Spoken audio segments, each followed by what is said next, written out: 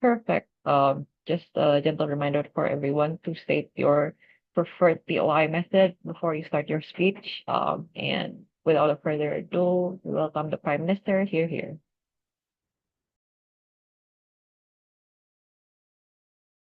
I'm sorry, but I think Vito is not in the Zoom yet. Let me try to contact him first.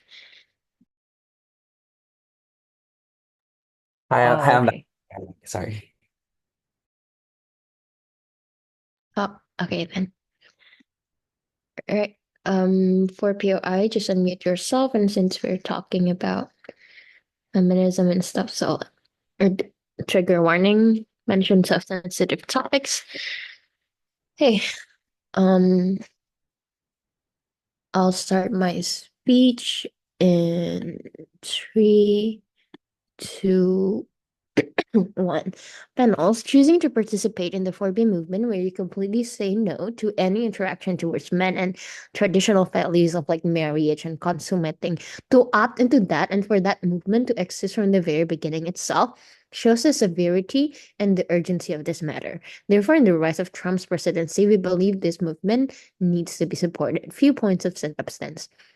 How does supporting looks like? First, we will, as feminist movement, we will allocate funds and incentives towards this movement in itself, and also we will increase the exposure of this to from like social media and publications for it to gain relevancy in between the people. We will create discourse and like social media. We'll create parrots and like demonstrations and like basically we will increase the exposure of this towards the people in order for us to gain like more relevancy and like people to like join our movement. But also B, this movement will completely be voluntary, meaning that we support people to join with full their consent, fully, because of like their consent. This movement is voluntary. There's no sense of like pushing them or whatsoever. But see, who are the people that join this movement and why this becomes important?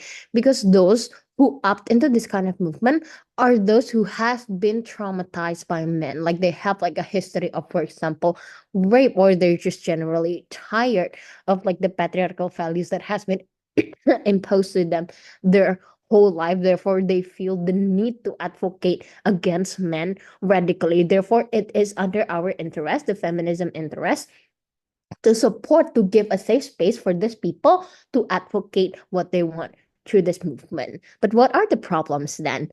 A, the rise of Republicans. During Trump's presidency, the Republicans are on the rise, making lots of conservative policies possible to be implemented during his presidency. This includes, like, for example, the wage policies and also other policies that may may seem unfair to, for example, the feminist woman and to women in general itself. But B, the legal basis in the US itself is historically very, very biased towards women. Although we have become very, very although the US has become very progressive to some extent, but the problem is that there still exists like a gap between like men and women, and it still becomes an issue in the US and like the policy making and stuff like that. Like, for example, when we're talking about abortion rights, for example, which has been an issue for a very long time and is yet to be finished, but also followed by the stigma surrounding it, like how there exists radical Christianity in the US, for example, which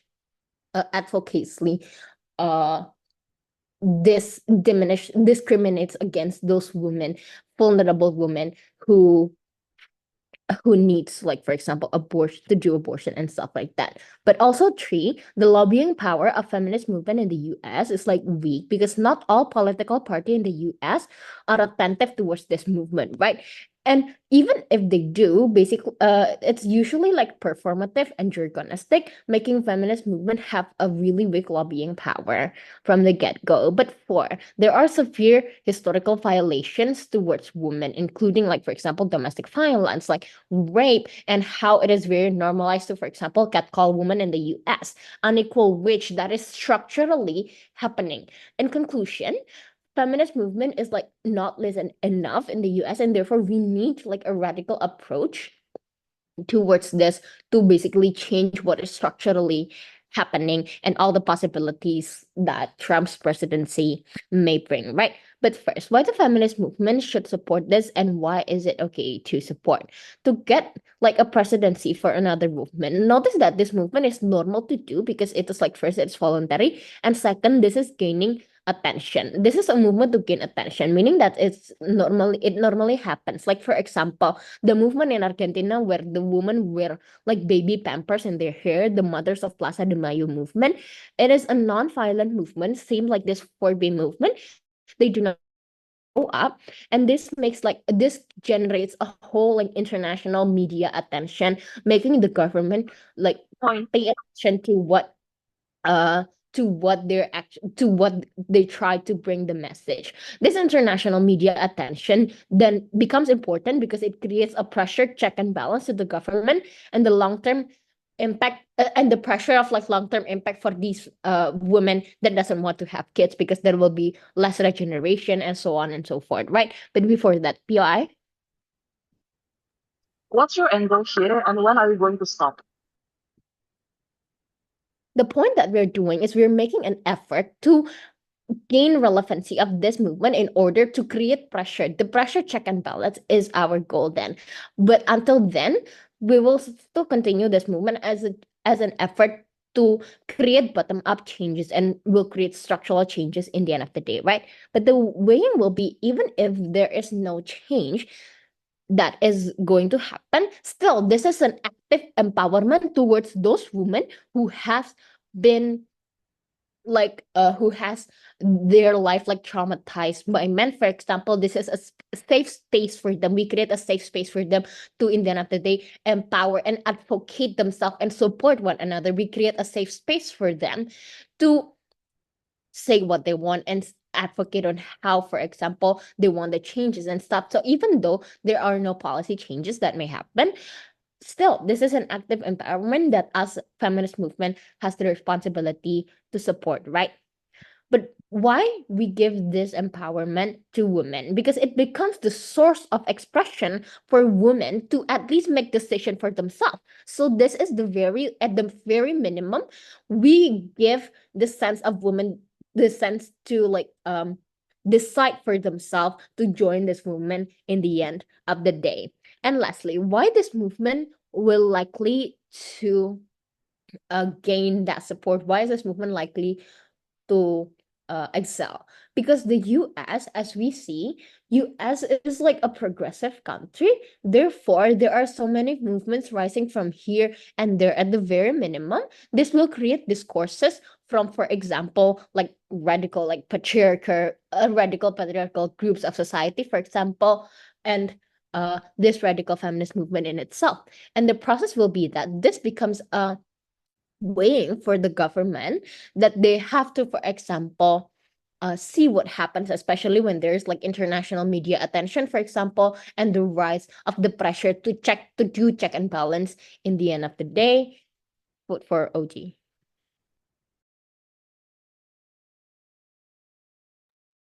Thank you, Prime Minister, for that speech. Next, we'll have the Leader of Opposition. Here. Oke, audible ya. Ya, aku by they them. Kalau ada POI, unmute aja, guys. Gonna start my speech in 3, 2, 1. I think in order for the government bench can win this debate, they need to prove to us how at the end of the day, if 4B movement can be applied in the US, it will actually like give true impact towards the people in power that currently have the biggest power in the US to actually like shape and control the law, as it is the goals of OG, and I will assume it's CG also to the very beginning track, is to create like a better law, like protection towards women through the law, like all of the things that already mentioned by the Prime Minister, basically. Because if we see the current status quo, I think it's very clear that all of these men in power power will never be affected by this 4B movement. Because first, in Republican in the US, they also have a lot of female supporters to the very beginning track. For the example, is like on how in the current election, Donald Trump also plays on the idea of feminism values, even if when they are talking about pro-life value, talking about on how it is a part of protection against for women, whenever they talk about on how excluding trans women in sport, on how it's also fulfilling women's right.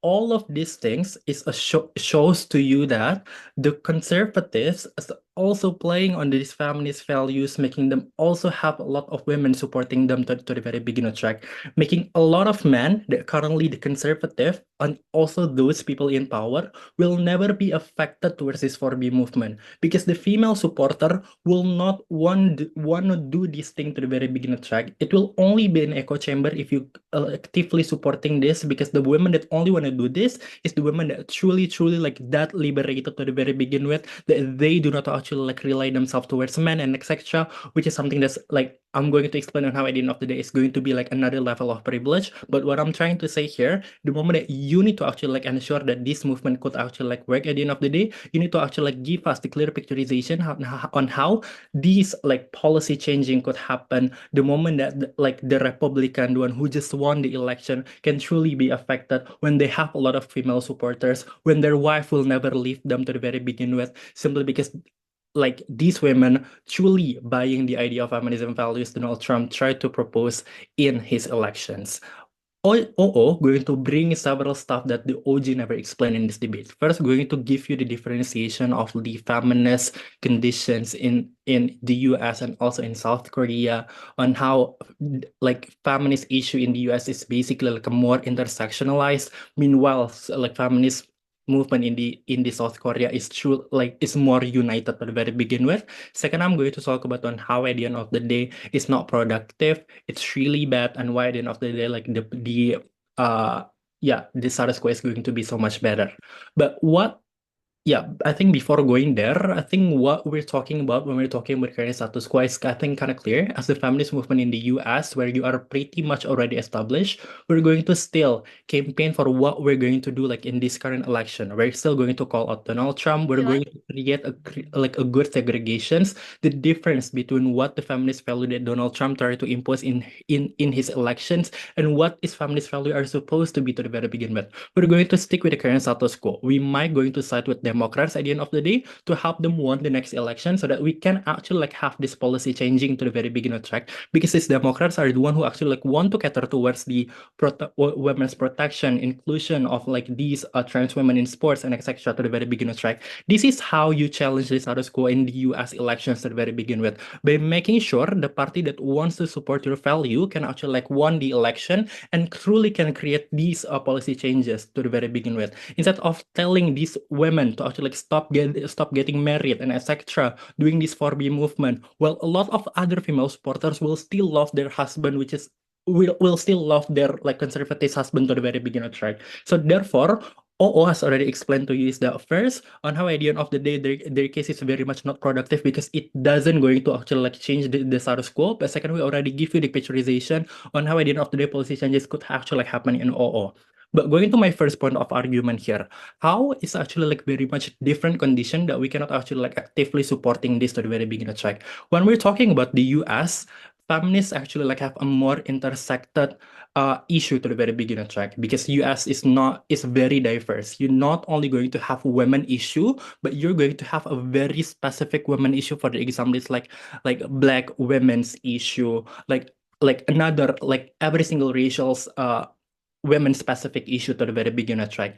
This shows you that the condition is going to be so much different where 4B movement is created in South Korea to the very beginning, because they're less diverse and they always going to have like one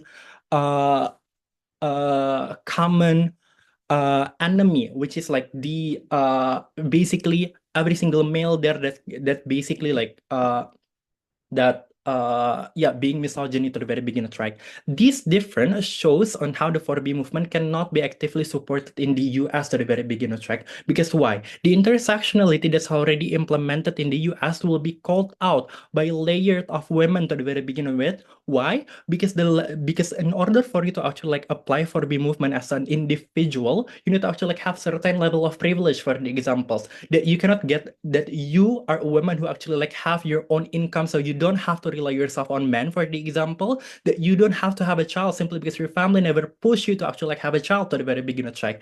All of these things are not owned by a lot of women in the US simply because every single one of them have different value, have different struggle, that it cannot be implemented in a very fair way to the very begin with. Gov cannot just play on the scenario. If you cannot do this for the movement, then don't do it. It's still your options. But the moment that we're talking about on how like actively supporting this, it will also like trying to tell women that you need to actually like do this to the very begin with so that you can be called feminist, or you're only going to actually like exclude them to the very beginning track. This shows you that the case of OG, the entire Gov bench, is not going to be productive because first, you're only going to segregate even more the feminist value that exists in the US to the very begin with, while you already try to campaign for the idea of intersectionality, but you cannot provide a movement that can actually like be applicated towards the idea of intersectionality to the very begin with. But second of all, why it's going to be so much bad towards the idea of feminist movement progress here? Because a lot of internalized misogyny will going to rise to the very begin with, because I already explained before, there are a lot of female that currently is supporting like conservatism. For the examples, right? They will only see feminist movement as a movement that truly unsafe for them, because this movement actually like forcing them to actually like stop getting married, to actually like leave their husbands basically at the very beginning, right? This shows you that basically don't do this.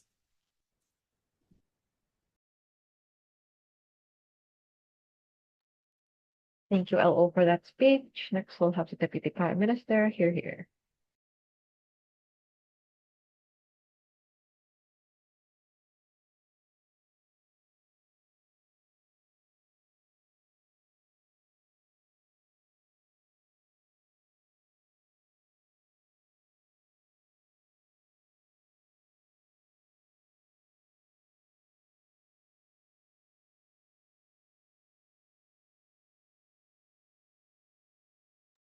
Am I audible and visible?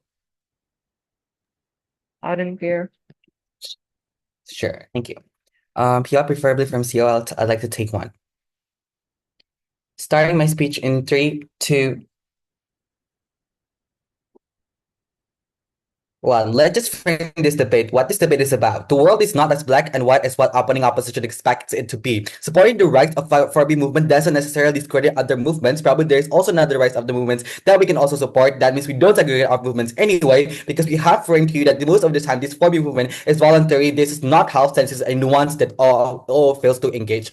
The first issue I get is about case contextualization. I'm really confused with their case, because at one point they're trying to be Republicans by saying that there are lots of women supporting Trump, but at the same time their case is contingent on the solution of Democrats on being on the right on the next presidency. They have a list of substantive material panels because all their cases are contingent on lots of female support for Trump. But this is not justified to discredit all of the women who oppose Trump, because most of the time the margins of the voting of the US elections are not that massive, are not 500 to 1, because they're like 300 to 200, right? There are hundreds of electoral states who support Kamala anyway. That means there are thousands, there are millions of women there are millions of Democrat supporters who support Democrats to be in the administration. Literally, we frame out of O's case. O has no case from the get-go. But two, they told me that it is not applicable, it is not symmetrical. We argue that it's symmetrical, even worse, because most of the time there's structural barriers, right? For instance, like we have like more expensive life expenses in the US because we're more capitalized, we're more industrialized, but the wage for women is structurally unequal. We have a corrupted legal system in the Supreme Court that actually support for abortion ban. But let's just be for real, panels. The US has the biggest killing rates. Gun rights are being open, school killings, public shooting. This is the most severe violations the women, the children have to face every single day. It is not symmetrical, it is even worse. The violations are even worse in the US. So do not listen to their case by saying that the US is more progressive. No, at some point it's progressive, but there are also lots of other agendas, other urgent issues that have to be solved. We beg you to propose. The second, issues about why should we support the rights of phobia movement, because it seems that literally discredits all of our impacts or all of our arguments for granted. The first is about gaining media attention. No panels at the rise of phobia movement, meaning there will be lots of women opting to this, women who state their opinions in Twitter or in TikTok that they do not want, get pregnant, they don't want to have sex because of this because patriarchal values, because probably they have traumas, etc. The impact is very massive because feminists, when we give publication, when we give fundings, let's say, feminist movement in the US is probably the biggest and the most structured feminist movement in the world, not like any other developing nations. And this is fundamental because firstly, we can get bigger media attention, international media attention instead. So it'll be viral news. Therefore, we need to keep supporting it because the potential is very, very big. Two, because feminist women in developing nations now see a source of inspiration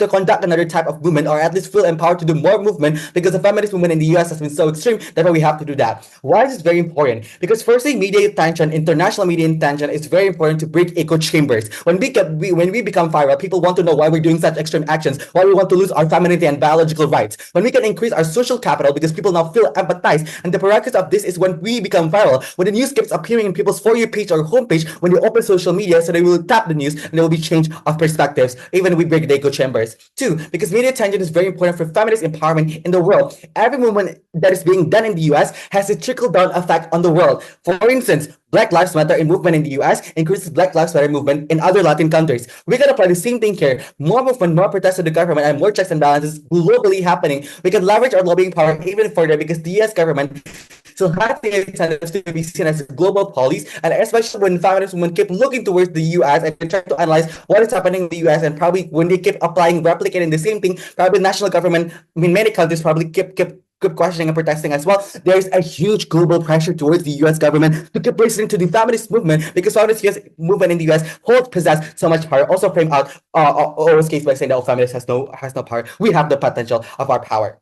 Sorry. So the second and the last impact that we can get from media attention is about individual empowerment. This is good for women in general, even if we don't get any political change, because they see most of the time women who see these contents are women who are probably very, very feminist, or women who need support, right? In the US, and when they see these women doing this in the US, they're inspired because they see as a strong. There's a psychological boost when they keep seeing this in the news. This is exclusive because when you keep being exposed with this kind of narratives, you are motivated, and when you are inspired by this type of movement. The second impact I like to posit is about exclusivity of the movement. What does this mean? Most of the time, panels, not all women can do this, right? Because those who do these movements will lose their femininity, not doing sex, no interaction with men, and lose their biological rights. Only extreme feminist members. Who are these people? Who these people are?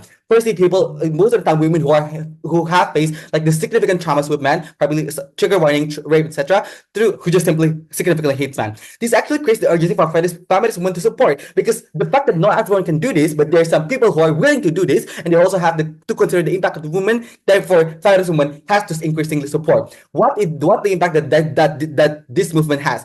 Threats of birth rate towards the government. Women do not use their intellectual or physical power in the 4B movement, but they utilize their biological power that no man cannot have, which is to give birth. This is an existential threat towards the US, because firstly, the US has the incentive to still become the competitive advantage in the global market. They keep wanting human resources or regeneration of the youth for their economy. We argue there's an immense impact. Our votes will be considered in the parliament. Democrats can use our movement as their arguments for a progressive policy debate in the parliament, or female Republicans can use our movement as their argument and gives more leverage basically for female politicians. That means, firstly, major policy change in certain states, even if we cannot change the central parliament, the local mayors have the incentive to listen to our voice. That is very, very important. There's an impact. We can check and balance on the government. And we flipped actually about the misogyny, internalized misogyny actually, because we create a threat, we create a dilemma that, I cannot have sex with women, or women don't want to have sex anymore. What is happening there? Yeah, basically like that. So the way is that firstly there's a change. Firstly, we win because we put the impact of and because their case is contingent on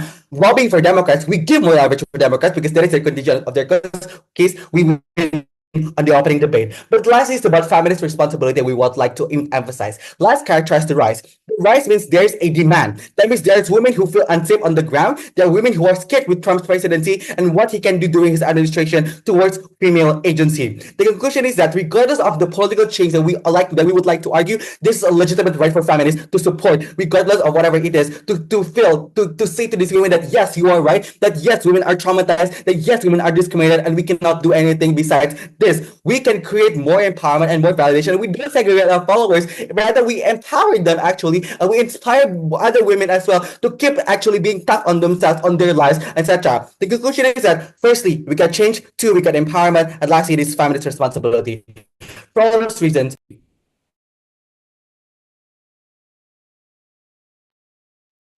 Thank you, DPM, for that speech. Next, we'll have the Deputy Leader of Opposition, here.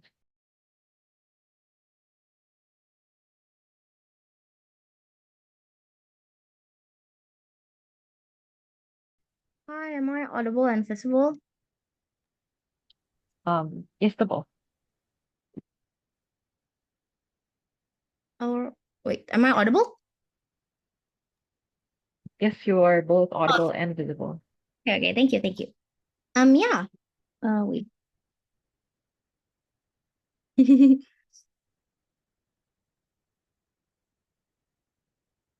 Okay. I'm gonna start. Yeah, trigger warning. Might be a little sensitive, but yeah. I'm gonna start my speech in 3, 2, 1. Let's just kick OG out of the debate because they don't even understand the motion, I think. Under the motion, it's heavily implied that you, as the feminist movement in the USA, would actively support the 4B movement. So yeah, you may come here and mention that, you know what, we're just gonna do like people are gonna voluntarily join the movement, and like we're just gonna like accept people that want to join the movement itself, right? But actually what happens is not that. If you want to actively support, that means that you're gonna actively say that this is the main goal of the feminist movement, and probably people that don't align with the movement or people who don't want to voluntarily join your movement is either A, gonna get forced to join the movement, because if they don't join the movement, they're gonna be like stripped away by feminism support. And second, like the people like do not want to join the movement and don't want to be forced to join the movement, most likely they're just gonna leave the feminist movement, right? So if that's what you want to have for the current political climate, then go ahead, do this for B movement. But we think that there are a lot more complex gender identity roles and like problems that exist under US feminism, and that's why it's very important. So what are the lies that have been brought by OG inside this current like debate right now? First, the idea that right now the feminism movement in USA, basically their whole context about this is a big major lie. Because what you want to know is the feminist movement in USA is highly intersectional, and also until now there has been like an established idea about, yes, it's about woman empowerment, but the empowerment affects people differently according to like the racial status, gender identity, and also like especially religion status, because USA is a big melting pot, right? So no, if you want to talk about 4B movement, recognize this. All of the things that they mentioned could happen under their side. The idea that there's a policy change, the idea that there's an empowerment can only happen if the 4B movement succeeds. So if you only use the proposal of them saying that, okay, we're just going to accept people voluntarily, most likely the movement is not going to be massive because the 4B movement is not intersectional enough. It excludes a lot of things. It excludes a lot of racial and like gender and religion context. And second, since the movement is not massive enough, it's just gonna be seen as some like random SJW moment, which is what's happening right now. This connects with the idea that there has been like media attention and media coverage in TikTok and Twitter.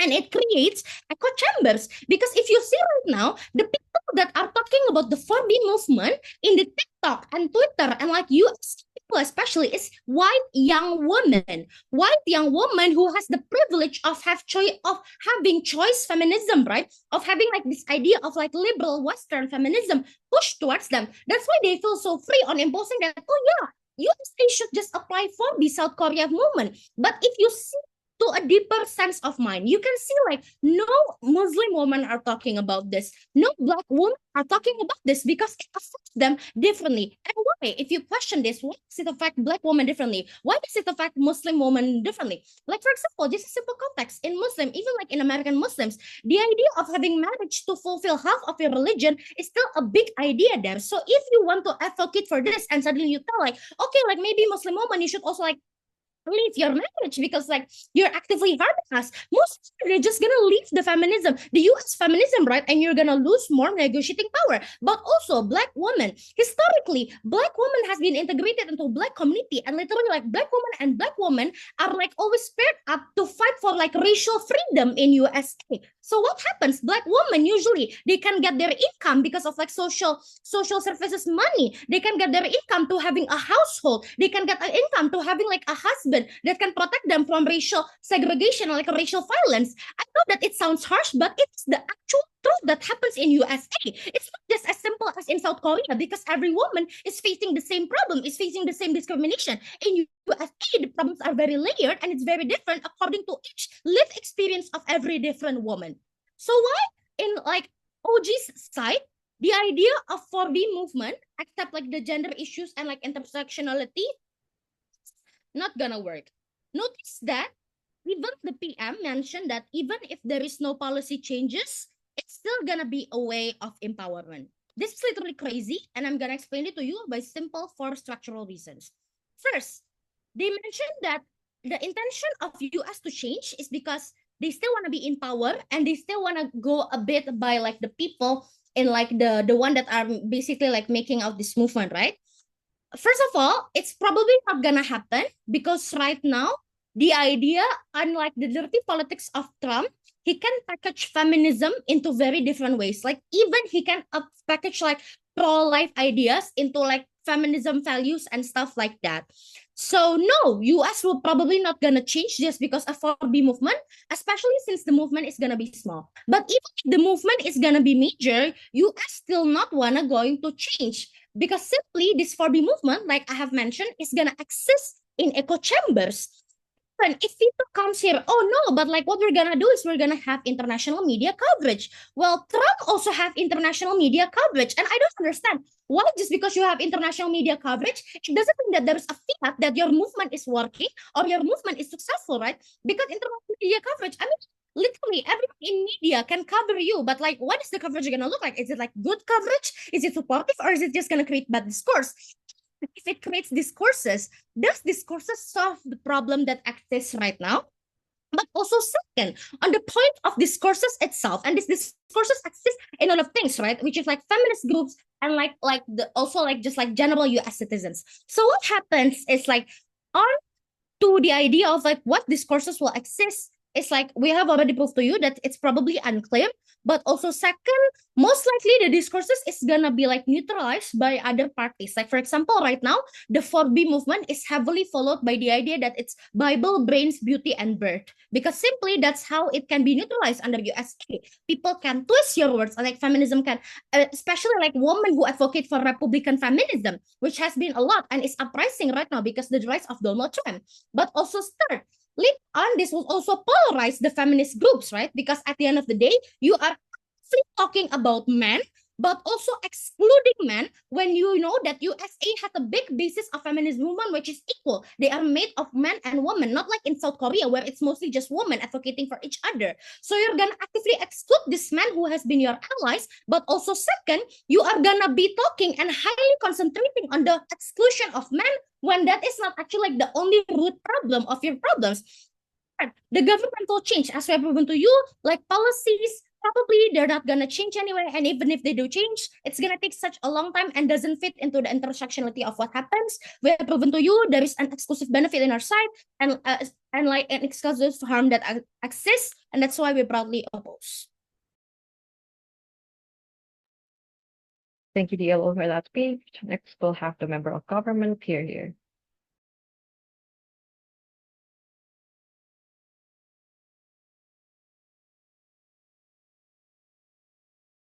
Sorry, I got lost in the thoughts. Okay. For that, if you want to POI, just chat. Just tell me if you're from OO, if you're from CO. Let me just set up my paper. So for all disclaimer, number one, the speech might contain a lot of triggering aspect. So I am sorry beforehand. I'll try to minimize it. Second of all, my opinion might not reflect my political view. That sounds so bad, but like, wait. Okay. Let me just directly go with the speech. I'm going to start in 3, 2, 1. Throughout the debate in opening bench, there is no clarity to what is the most realistic thing that feminism need to do. I feel like to some certain extent, they're playing feminists in a way that feminism need number, feminism does not need number, but at the same time need number in opening government. Feminism need to create impact, need to inspire a lot of people. I think it boils down to what the most simple question.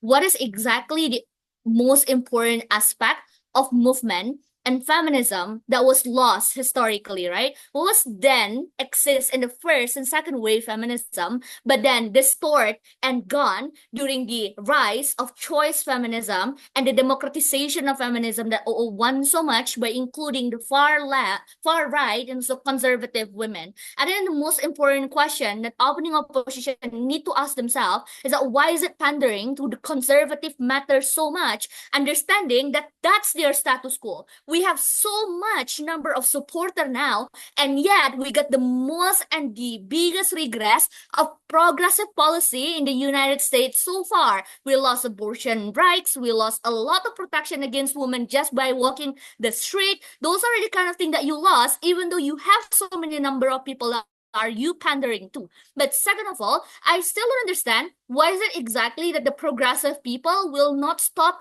pandering to feminists the moment that this debate occur on the debate of opposition. Because inside of OO, you don't just debate in a vacuum of appeasing or, staking the conservative. You're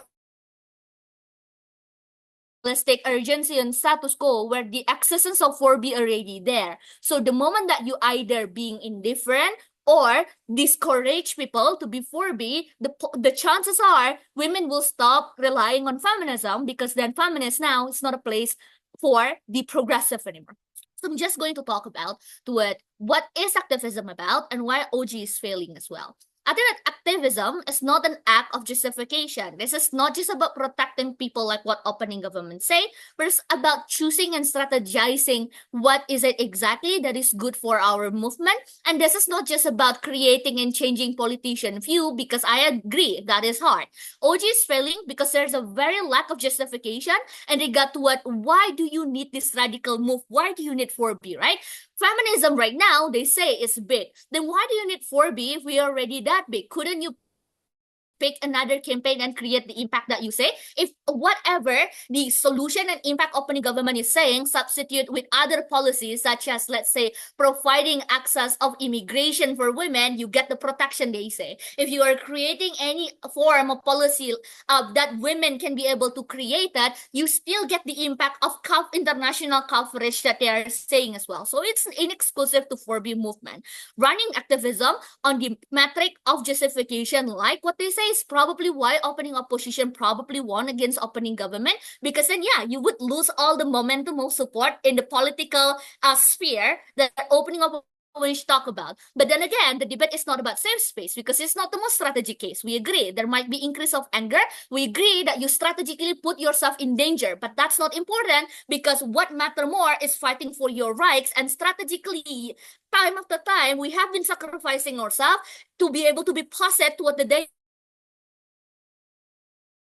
more important. Second of all, whether the strategic approach to the protection is through 4B, and then it can be explained in a way, in understanding first what is exactly the struggle and what is the mistake of the current feminism, which is why CGK System Plus, we are going to prove to why is it that there is a current effort of picking a stance from feminism, and why is it that there is an impact of bettering feminism in the US, regardless of what type of positive impact externally we will have in the future. It would rely heavily in fixing our internal organization. So what is the act of supporting means in our side of the house? It means validation, facilitation, protection against a backlash. We're going to put our foot in front of women that say they do not want men, they do not want to engage in any relationship with men. We're going to facilitate them through, let's say, the protection that we could financially, but more importantly, through what the protection of law by, for example, connecting them with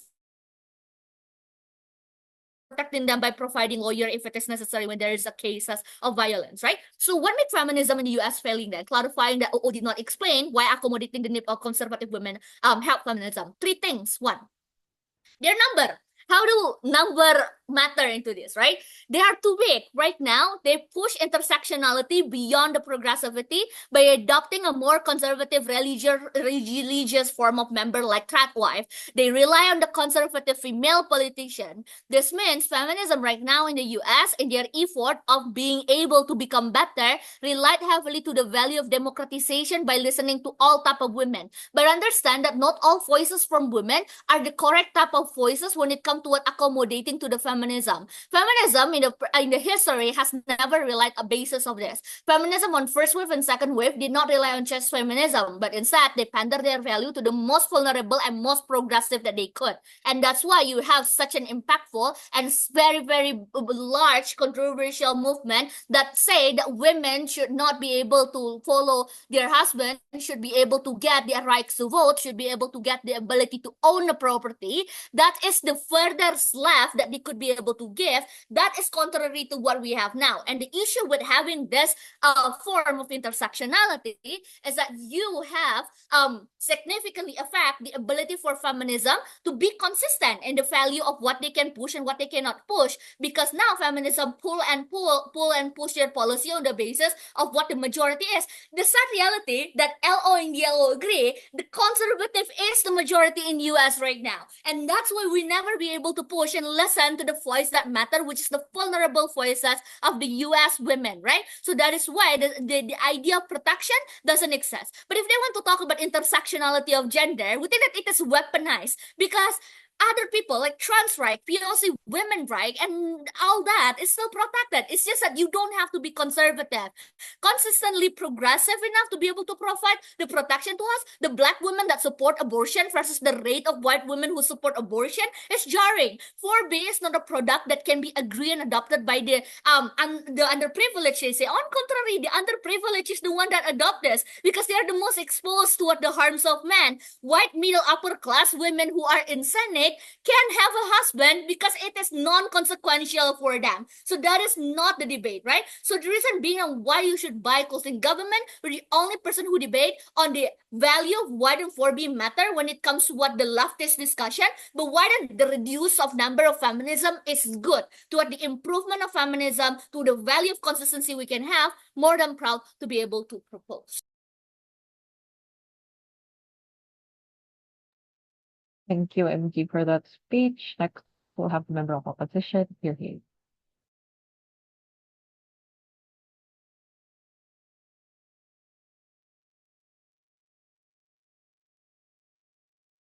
Backlight. Hi, before I start, is my audio clear and audible for everyone here? Loud and clear.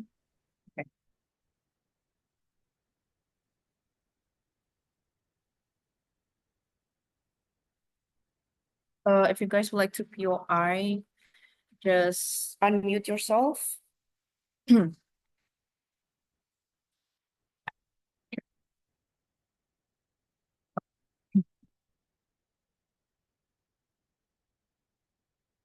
Several responses to the opening debate and then going to CG. First, we want to respond about OGs talking about adding the pressure to trigger change from the bottom to up. But the problem is they never really explained the likelihood of what kind of changes that you want to happen.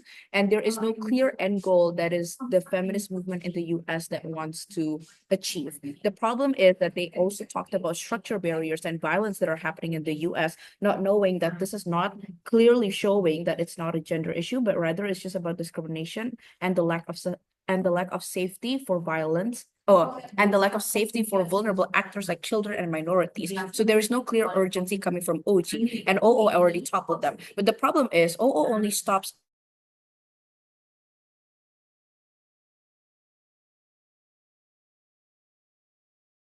about talking intersexuality. We will extend, though, in the scale of harm that will impact women as whole and as the country of the US. Going on to CG then, CG only talks about the role of the feminist movement that is very different with the opening, but rather we want to also focus on the shift of resources that is going to happen, because we want to prove that in your side there is a significant decrease of tangible help that is going to be funneled into these women. So let's recontextualize what is happening right now. What is happening in all three teams is that they only focus on what is happening in the US, not knowing there's a clear distinction between South Korea and the US. There's an inherent differentiation where most men in South Korea believe that women are below men and are not a part of contributing society. Very different with US, where it's the difference of ideology and political views that funnels the intersexuality, and there is a significant degree of acceptance and tolerance that is slightly better to the South Korea, right? Compared to what is happening in South Korea, women are still in the second wave of feminist movement, where their interest is to fight against traditional roles imposed to women. That is why implementing 4B movement might work in South Korea. Different in the US, where we are literally in the third wave of feminist movement, where we want to shift the fight for equal opportunities for career development and freedom to explore identity with tangible help. This clear difference between South Korea and the US is what proves the effectivity of implementing 4B is questioned in opposition team and in government team, and eventually regress the things of feminist movement that has achieved in the past. Not only will it significantly decrease the support coming from male allies, but also the LGBTQ plus communities, because now you have shaped the mindset of society in the US that the fight is only about men versus women, rather than it should be about the equity for all. This clear urgency coming from CO is going to be our winning key premise about the implementation of 4B that will regress the feminist movement, right? So going on to first, how does the decrease of male and LGBTQ plus allies are going to impact and significantly decrease the help going to women, right? First of all, feminist movements in the US has one of the biggest support coming from male and LGBTQ plus allies, because the movement prioritizes intersectionality rather than only focusing specific gender issues. That is exactly why the biggest harm that Donald Trump imposed is that when women is excluded in government structures, the only way for us is to be included.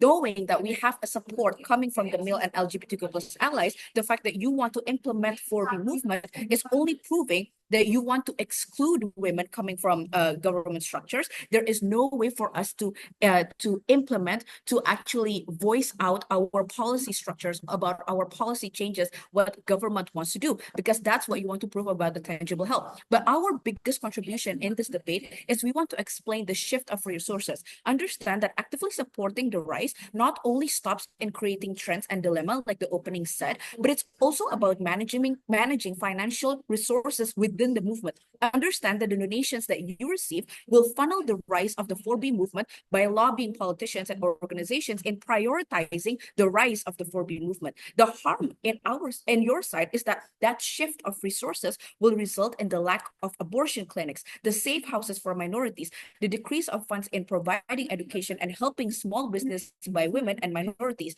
Our scale of harm is bigger compared to OO, and proving that the biggest impact in our side uprising that is happening in our side, because compared to OO, they only stops in talking the lack of productivity, but in our side, it's also about the identity and the focus of shifting the financial resources to choose 4B movement rather than giving tangible help towards the women that are in dire help. But before that, yes, CG.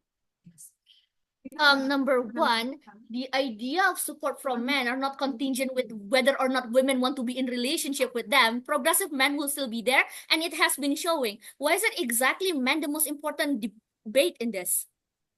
Because feminist movement does not only focus on just prioritizing women, it's also about those who are minorities, those who are coming from marginalized communities. And let's face it, we cannot tackle patriarchy without the help and support of other people. We cannot create a society where it's only men versus women, because that's only going to segregate the entire country of the US and forcing policies that only cater to a specific gender. That's not what you want to prioritize in policy making and in government structures, because that's what you want to prioritize. In our side, at the very least, we are focusing on our resources as well as our focus as a feminist movement in the US, that it's not not only about gender issues, but it's about intersectionality. Point. That we want intersectionality, and that we want inclusion as well, because that's a better way, a safer way to create policy changes rather than excluding. We are not trying to say that men is the center of the feminist movement, but let's not disregard the fact that we actually need the support of them, right? So what is our biggest contribution and conclusion in this debate, right? First, we already explained and responded to OG about talking about the trigger changing from the bottom to up. We already responded that it's better in our side because we want the inclusion in it. If you exclude the men in the feminist movement, there is small to no help at all coming from the men. We also talked about the scale of harm that is happening in our side, because it's not only about unproductivity and the lack of support that OO stops in, but it's also about the shift of financial management that is happening within the movement. You are taking away the tangible help that is going to be funneled into the women and the minority feminist movement communities. But also, we already responded to CG's biggest concerns about why this is the most urgent thing and why this is the most likelihood acceptable thing as a feminist movement in the US, understanding that this is not the same status quo that is happening in the South Korea. It's clearly very different, and we want to win and champion intersectionality and equity for all. We are proud to oppose.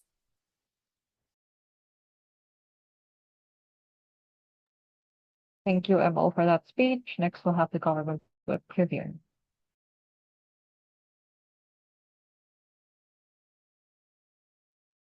Boy, wait. Um,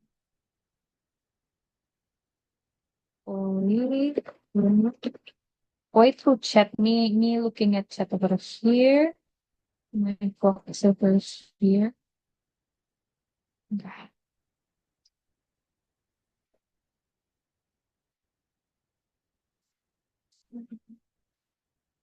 Starting my speech. And oh yeah, by the way, please label yourself when you poi if you're opening or closing, so I can know which one to choose. Okay, starting my speech in 3, 2, 1. Just to be very clear, my member has already explained why we cannot afford to not be radical anymore. And I think that by virtue of that stance, it already puts us above OG soft stance that want to make it voluntary, that want to make it basically if people do not choose to follow us, that's completely fine, which we don't think is the case right now. Another thing that I would like to point out about OG is I think that the development of their case, the PM context about feminist immense power, is actually contradictory to PM's contextualization of urgency. Because if the power is that immense to actually change policy, there is no urgency to go radical if they're already that influential. I think that they're just saying that because they cannot answer to OO, who already proved how weak the lobbying power currently is in politics, and they sacrifice their initial urgency. But secondly, I think that extension-wise, OG is also very ambitious in inspiring feminism outside of US, but I think that their extension BOP is bigger than the likelihood that they can chew because it's way too generalized and jumpy. 4B suitability with the home country is not assured, and that's why we even have to debate this, whether US can also apply it. So I don't see why suddenly other countries that are more third world can apply it as well. So the final clarification is we do not subscribe to the idea of safe space because we can sit, even if internally we feel safe being among people in our kinship, externally we will be targeted, which is the same old sacrifice that the movement have to take anyway. That's why we don't think there's a problem. Just to reiterate the 3 things that we're going to do internally as a 4B movement, we're going to elevate the narrative against doing or the 4B against men. Secondly, we will provide financial assistance towards the leftist women who have lost it legally. But thirdly, we'll also provide access to legal assistance should any political things happen and they need to take care of their abortion issue, or they maybe get incriminated just because they opt into certain kind of job that is not a conservative friendly, for example. So those are the 3 things that we're going to do internally. Doesn't mean that we're not going to help internally, right? So secondly, the next question is why the radicalization specifically has to be through 4B? Because I think that's the one thing that is missing in the opening. OO bluff about how US feminism isn't intersectional enough. I think that my member have explained why precisely because of intersectionality gone haywire, we have crossed the line where we include and tolerate women who believe that their choice matters just because they're women, regardless if their choice panders to discrimination for the sake of gaining more number, right? I think that CEO also tried to explain the same thing. Oh, in SK, it's only second wave feminism. That's why it works. In US, it's already third wave, etc., etc. No, I think that there are still second wave feminism in US, and that's exactly what's holding us back. Who is doing the second wave feminism in the US? It's the threat wives. It's the Republicans who chose to marry men, who actively try to limit their rights as a woman, because these women believe that, oh, I want to be submissive and I want to be domestic and I want to be traditional. So this kind of women, their rose-colored glasses is impenetrable, that eventually it doesn't matter how many comments you put on Nara Smith's TikTok, it doesn't matter how many comments you put on Ballerina Farm's TikTok, they are not going to listen to you. But what would happen after we left these threat wives to their own devices? These threat wives eventually started creating their own second wave feminism side of ours that's already so much more progressive, because they eventually realize it's not just about their choice of being domestic and being submissive, since they actively choose the type of masculine partner who panders to the limitation of their right and social standing. So if OO said US feminists have like specific issues based on their intersectional identity, like race, religion, etc., it's not right to say they have diverse common enemies. They have different prioritization. Misogynistic man is a shared similarity regardless of class, religions, and race. So if they also say that 4B is a choice that can only be made by and be interesting to young privileged white women, no, it's quite the opposite. White women will not have consequences whether they choose 4B or not. They can choose not to opt into 4B even. But lower class women, marginalized race women, religious women, these are the ones that will be harmed if not choosing 4B, yet they will also be shamed for choosing 4B. They're the one that is in this dilemmatic situation, and that's why we need to tell them that it's okay for you to feel shame by your traditional culture for as long as you're not opting into harm. Why do you have to be selfless anyway and sacrifice and marry a man that you don't that doesn't care about your rights priority? So OO saying that we're going to lose allyship of men, I think that men who has always been ally will never stop being an ally. If men helps us only when we want to bang them, we don't want that kind of man. These are the men that can restore our hope in humanity, who doesn't think we are sex machine, who doesn't think we have expiration date,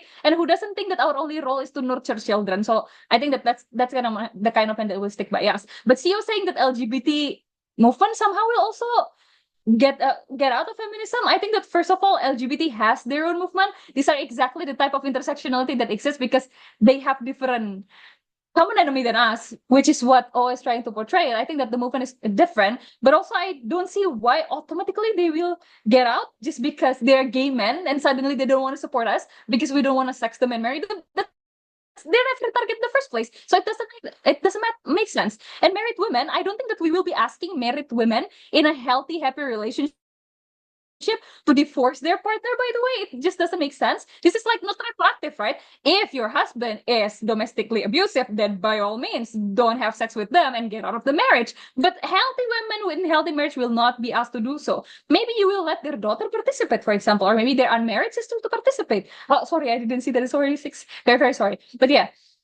And if you are even worried about things that in the far future, like the rise of conservative babies, for example, because only conservative get married and have babies, I think that women can still raise next generation without birthing new ones and without marrying men. A parent is not someone who can birth or someone who is married. Adoption exists, and its main adoptee are queer parents and women anyway. So it doesn't matter. But most importantly, in practicality, the moment that you choose intersectionality, your movement is going to be immobile.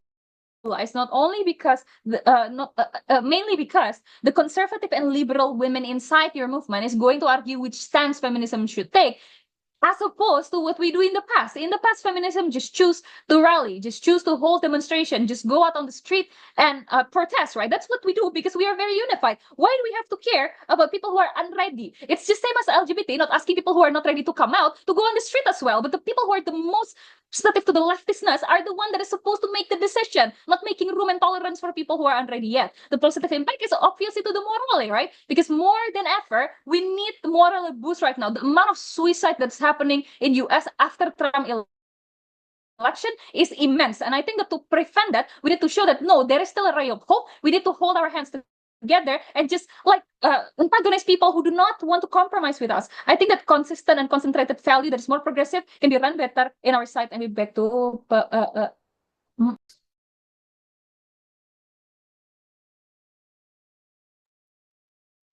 Thank you, Golfer, for that speech. Next, we'll have the opposition whip. Here. Hi. Checking if I'm audible. You're loud and clear. Oke, bentar ya. BTW, Siska, gue boleh pinjem timer gak? Kasih loh. Silakan. First off, it's been a fun round, everyone. Thank you so much. Second, I'm gonna talk about me in this motion. So yeah, trigger warning. On that, terus gitu POI via apa ya? I cannot promise to take a POI, but I will try. POI via chat.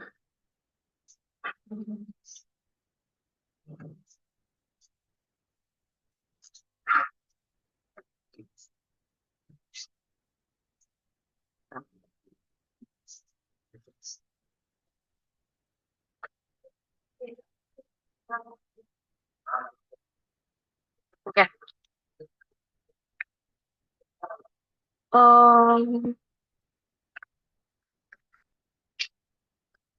Ya, aku coba back. Udah nggak apa-apa. Okay. Starting my speech in 3, 2, 1.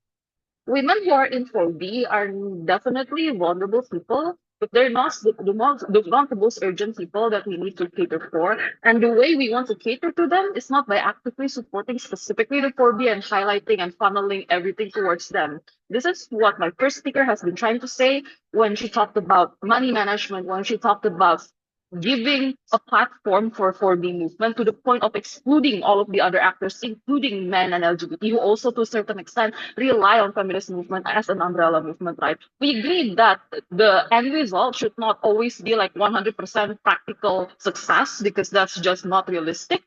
But to the extent that we should still try and cushion the blow, we think that kind of urgency still stands. First off, let's just like take OG out with last few things. I think that their harm is very contingent on reversing Trump, which is either takes time too little too late because the damage has been done, or the fact that Trump doesn't listen. However, how do we link it with our case? We think we're better by two things. Number one, also contextualizing why it's not compatible in a sense, and also disproving the effectivity of it through questioning even in the level of my first speaker. Second of all, simply by saying that we agree with the other two teams in the short diagonal that this is not the main point we're supposed to talk about in the debate. Let's talk about OO then, and how we're better than them. True that we also recontextualize the motion, we also talk about intersectionality, but there is a difference, right?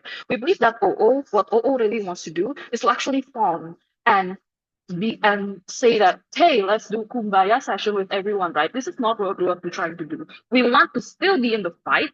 We don't only want a safe space, so we agree on with CG on that. However, how we want to do it is to still include them because numbers still matter in the fight for us to, let's say, trying to get one liberal judge in the Supreme Court so we can reverse the reversal of Roe and Wade. Trying to, let's say, have a clinic outside of Planned Parenthood that is actually supportive. Even if we cannot do abortion yet, at least we can have feminine sexual health care, for example. These things still require money, and this is the kind of thing that's important for all women. Because guess what? Even conservative women go to Planned Parenthood clinics. Even conservative women in domestic abuse cases who are excluded from the feminist movement because it's been too liberal for historically speaking, still consent that, hey, all of these things still give me benefits and I can still get the trickle down effect even if they do not feel included. That's why this kind of stance still matters in debate, right? But also about rebuttals towards CG, right?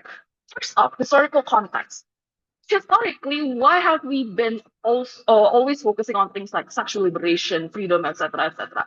Simply because the level of domestic abuse backlash, the level of physical violence has always been higher. And with limited resources all the time, even in status quo, even when we're so big, and I think that's a consensus for all four teams, we still need to prioritize funneling the money. And that's why it's been like that for a long time, right? Then, the second wave comes. And we say that we want to go all out and fight. If saturated right now with intersectionality to the point where we realize that we have been excluding them. The point that trad wife has always been like, recently been a trending topic now and again, and people are not only bashing them for like subscribing towards the very conservative ideology, for example, the fact that if you want to be husband, that's also okay, but you need to be able to pick up the slack and also take care of your wife. The fact that we have a very high spotlight on women who have just given birth and also what it takes for them to recover, like PTD, for example, and things like that, means we have already shown progression in status quo without subscribing to actively supporting 4B movement towards domestic women, towards women who subscribe heavily towards traditional mindset and also roles, right? Before I continue, POI from OG? Yeah. Once you say that 4B movement is small, so there will be no medial tension and political change, but suddenly claim that 4B movement is so big that men will hate and it ruins our money management. So whether the 4B movement is big or small. Orders. 4B movement is a rising movement, but they're going to rise without the help of us, exactly because it's something new and Trump just literally got reelected like not even a month ago, right? So I think that your benefit can still stand even if it has urgency and we say it's not. Second thing is that the last but not least, in status quo, what about for the women, right? Women like me who don't have a relationship, not interested in one, abstain from sex, etc., etc. We say if you're someone who is still comfortable doing domestic things and you feel like there's a fair trade-off, you can still get the benefit of liberal women feminist movement when even when you're not feeling included in it, you can still get the trickle-down benefits. So we say as feminist movement, we want to prioritize. And here's the thing, I think that CG have unfairly imposed it on us that we're suddenly going to go against for the women. That has never, ever, and will never be the case. We don't want to go against 4B movement, but that does not mean we have to actively support them with everything that we have, whether now or ever, right? Because here's the thing, when does it end? Where is the end point? And if you want to say we want to give them empowerment and a sense of inclusion, that means if we go back towards a liberal stance, they're going to feel excluded all over again. So where does the boundary lie? We never got that kind of, like boundary, and I already PO'd that all the way from PM speech, right? So we say that has been a failed burden on terms of what kind of limitation of burden that the whole government bench wants to say. Let's talk about money management then, right? The best case of a CG is that in the campaigns, you can still be principally justified, sure. But active support needs to go up to the practicalities. And this is where money management comes in. Number one, we still want to soften the blow because we still, whenever we have a change, whether it be through us or through someone else or through, for example, migrant movements, because they're also a thing, or LGBT movements, because they're also a thing, we want to be there and be ready because we have the most amount of money and we have the most amount of members, right? Compared to every other movement. We do have intersectionality with Democrats, for example, but the way we can specifically provide for women, for example, providing feminine hygiene products in public places, for example, and things like that, packs, so that you know whether or not you want to like take care of yourself, etc., etc. Things like that still matter, and we say we're going to take away from that in the status quo, where exactly because of Trump, that is the issue right now, and we want to cushion that to a certain extent. But if we want to go all out and fight, that means we need to be in the room where it happens. We need to be there, and we do not want to shy away from the fight. Exactly because the nature of 4B has been exclusionary. That's why it's principally actually a wrong stance to take. And that's why we want to still include everyone in the discussion, not have them be NPCs, which my speaker has already talked about. Very proud to oppose.